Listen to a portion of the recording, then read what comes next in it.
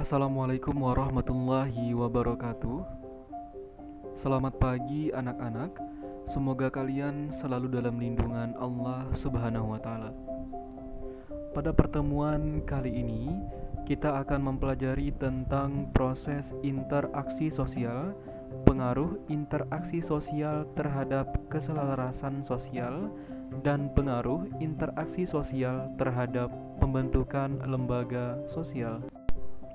Namun sebelumnya, jangan lupa tekan tombol subscribe dan juga follow Instagram Bapak di @sahruni_gjaid atau juga bisa follow di Facebook Bapak di sahruni_gjaid.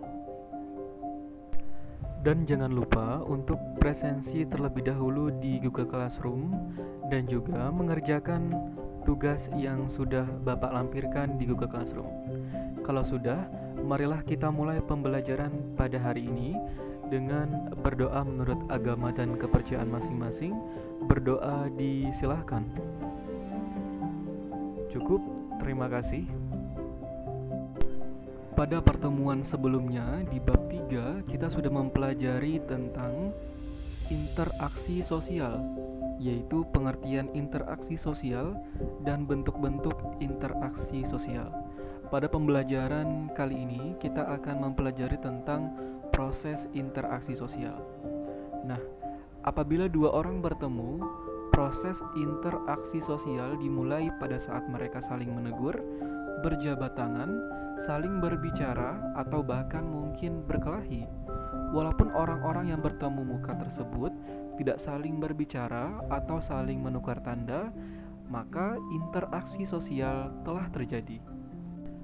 Interaksi sosial dapat terjadi bila memenuhi dua syarat, yaitu yang pertama, kontak sosial atau sosial kontak.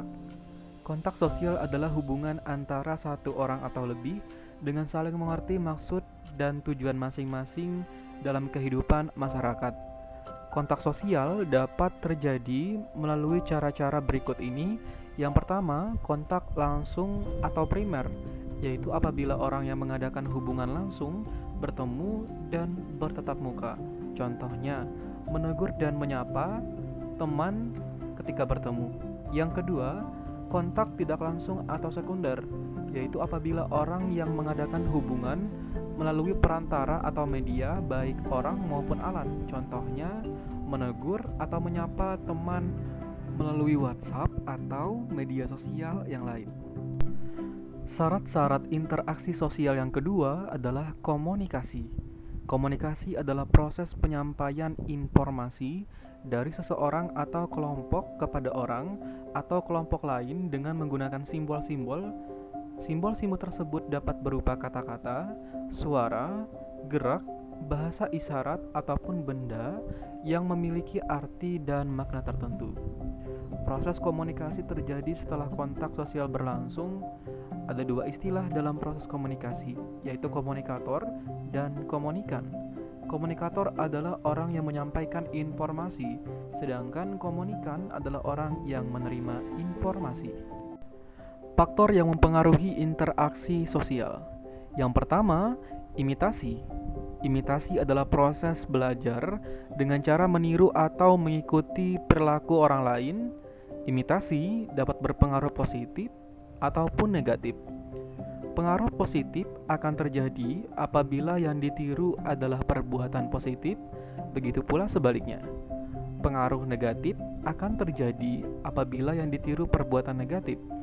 Di samping itu, imitasi dapat melemahkan atau mematikan kreativitas seseorang karena senantiasa meniru perbuatan orang lain. Yang kedua, identifikasi.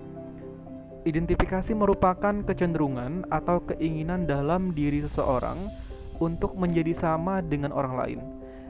Identifikasi lebih mendalam daripada imitasi karena seseorang berusaha menjadi sama dengan orang lain, bahkan menerima kepercayaan dan nilai yang dianut oleh orang lain menjadi kepercayaan atau nilainya sendiri.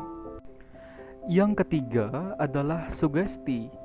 Sugesti merupakan cara pemberian pandangan atau pengaruh oleh seseorang kepada orang lain dengan cara tertentu sehingga orang tersebut mengikuti pandangan atau pengaruh tersebut tanpa pikir panjang. Wujud sugesti dapat berupa sikap atau tindakan seperti perilaku, pendapat, saran, dan pertanyaan. Yang keempat adalah simpati. Simpati merupakan perasaan tertarik yang timbul dalam diri seseorang dan membuatnya seolah-olah berada dalam keadaan orang lain. Jadi, simpati merupakan proses kejiwaan yang merasa tertarik kepada seseorang atau sekelompok orang karena sikap penampilan, wibawa, atau perbuatannya. Selanjutnya adalah pengaruh interaksi sosial terhadap keselarasan sosial. Keselarasan atau keteraturan sosial adalah suatu keadaan di mana hubungan-hubungan sosial yang berlangsung di antara anggota masyarakat berlangsung selaras, serasi, dan harmonis sesuai dengan norma dan nilai yang berlaku. Artinya, setiap orang melakukan tugas dan kewajibannya sesuai dengan tata aturan yang berlaku. Bentuk nyata dari keselarasan sosial adalah kerjasama. Keselarasan sosial berkembang melalui 4 tahapan, yaitu yang pertama, tahap tertib sosial, di mana pada tahap ini semua pihak melaksanakan hak dan kewajibannya masing-masing. Yang kedua, tahap order. Tahap ini dapat tercapai bila tertib sosial dapat dipertahankan keberadaannya. Semua pihak yang telah melaksanakan hak dan kewajibannya mengusahakan agar kondisi itu tetap berjalan. Hambatan yang mungkin timbul dipecahkan dengan musyawarah. Yang ketiga adalah tahap keajekan. Tahap keajekan, pada tahap ini order yang telah ada dapat konsisten dan terpelihara. Semua pihak yang telah melaksanakan hak dan kewajibannya akan memperoleh kepastian hukum. Yang terakhir atau yang keempat yaitu tahap pola, yaitu suatu keadaan di mana telah ajeg dan telah terbukti ketahuannya dalam berbagai hal untuk berapa kali. Agar keselarasan sosial dapat bertahan dalam waktu lama, maka diperlukan pengendalian sosial, yaitu segenap cara dan proses yang diterima oleh sekelompok individu atau masyarakat sehingga anggotanya dapat bertindak sesuai harapan masyarakat. Apabila setiap interaksi sosial berjalan sesuai norma dan nilai yang berlaku, maka akan tercipta keselarasan sosial. Sebaliknya, apabila interaksi sosial tidak berjalan sesuai norma yang berlaku, maka keselarasan sosial akan terganggu. Pada dasarnya, lingkungan kehidupan sosial dipengaruhi oleh 3 unsur. Yang pertama, interaksi sosial yang merupakan inti dari kehidupan sosial. Yang kedua, struktur sosial yang meliputi kelompok sosial, aturan sosial, lembaga sosial, pelapisan sosial, kekuasaan, dan wewenang. Dan yang terakhir atau yang ketiga adalah perubahan sosial yang merupakan perubahan yang terjadi dalam struktur sosial yang disebabkan adanya perkembangan kebutuhan hidup. Selanjutnya adalah pengaruh interaksi sosial terhadap pembentukan lembaga sosial. Interaksi sosial merupakan kunci dari semua kehidupan sosial. Tanpa interaksi sosial, tidak mungkin ada kehidupan bersama. Bertemunya orang perorangan atau kelompok dalam pergaulan hidup akan menghasilkan suatu kelompok sosial yang hidup bersama yang membutuhkan aturan, sehingga melahirkan lembaga untuk memenuhi berbagai suatu lembaga.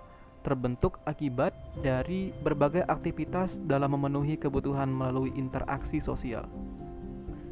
Peristiwa aktivitas manusia yang selalu diulang-ulang dalam rangka pemenuhan kebutuhan dan mencari berbagai alternatif kebutuhan itu akhirnya melembaga dan melekat pada masing-masing individu.